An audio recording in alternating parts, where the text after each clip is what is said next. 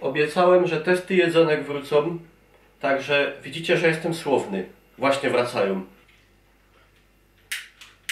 Także siema, ja jestem Niklaus, moi drodzy, i kolejny raz będziemy testowali tym bardziej trochę bardziej. Do tej pory były różne z Biedronki, tam sushi, nie sushi, jakieś jedzenia azjatyckie, jakieś pierożki. Tym razem... No tak średnio bym powiedział. Rzecz niewielka, coś takiego. Smoked cod liver, czyli dymiona, wędzona wątroba dorsza. Wygląda to, moi drodzy, dość standardowo. W żaden sposób nie wzbudza podejrzeń.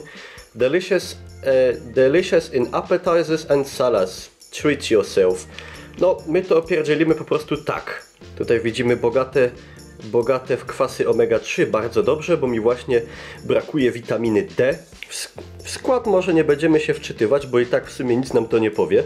Data, jak możecie zobaczyć, do 25 lutego 2020, czyli jeszcze troszkę czasu ma, ale zjemy to już. Dobra, trochę strach, ale czemu nie? Dymiona wątroba dorsza. To nie może być niedobre. Boję się trochę zapachu. Trochę nie bez przyczyny. Mamy jakiś, prawda, sosik taki? Czy coś takiego? No i wylałem. No wygląda, no... Ciężko powiedzieć, jak to wygląda. Kurwa, rozlałem jeszcze więcej. No... Woń jest cudowna. Niesamowita. Za komuny ponoć było takie powiedzenie: jedzcie dorsze, bo gówno gorsze. Dymiona wątroba dorsza.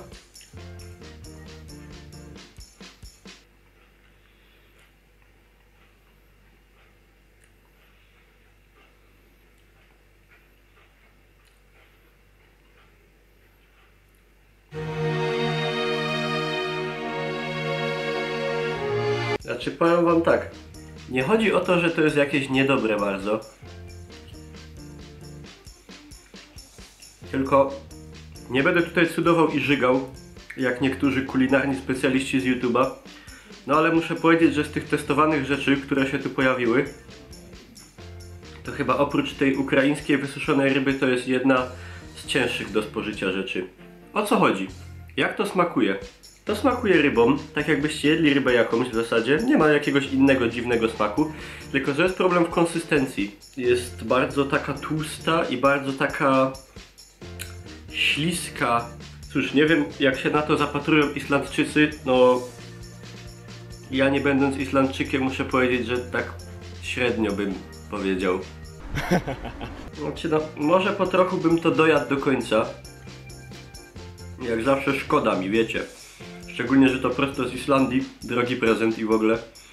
Także no zjem, ale jak będziecie na Islandii i będziecie próbowali tamtejszych specjałów, to myślę, że może się tam znaleźć coś smaczniejszego trochę od tego. A tymczasem co?